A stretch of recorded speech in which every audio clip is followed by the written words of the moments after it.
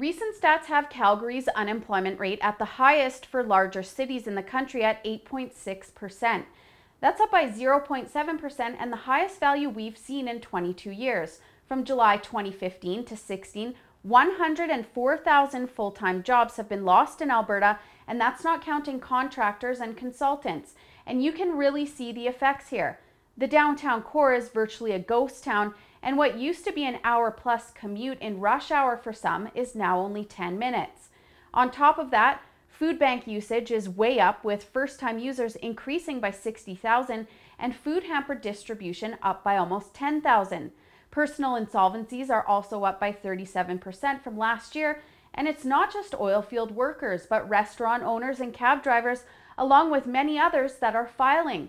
This is what happens when people are out of work. They stop buying the extras and doing things like going out for dinner, which leaves businesses with no choice but to close because they're not making any profit. And this is on the NDP.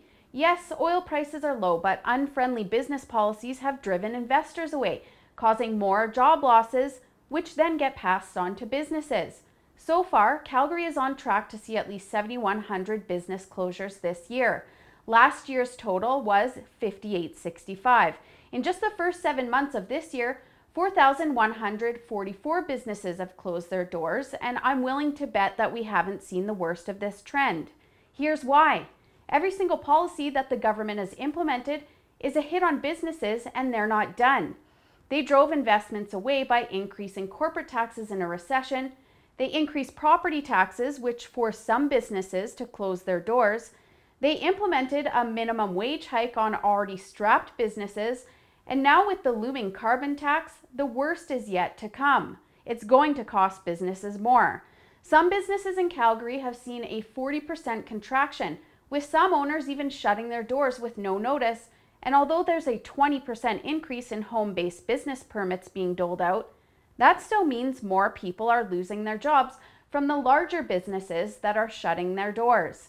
It's a vicious cycle. And in a province that relies on the oil and gas industry so heavily, you would think that the NDP government would do more to increase investor confidence. But the NDP are bad for business. They're destroyers that don't care about people losing their jobs and businesses closing their doors, as long as their ideologically driven policies are being implemented. And like I said, this is only the beginning. We still have 3 more years of this to endure. For the Rebel.media, I'm Holly Nicholas. Thanks for watching. Click here to never miss a Rebel update. Want even more of the Rebel? Well, click here to become a premium member.